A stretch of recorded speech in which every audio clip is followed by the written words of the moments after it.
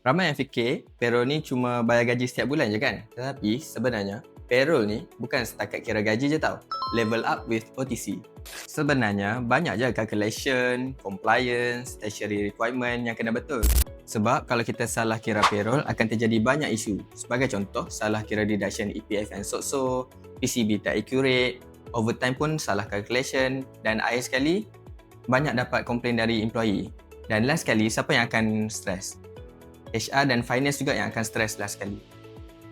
Dekat OTC, kami ada menyediakan program Effective Payroll Management and Administration. Jadi, program ni dapat membantu korang untuk faham dengan lebih detail payroll calculation, statutory requirement dan payroll process dengan lebih yakin dan praktikal.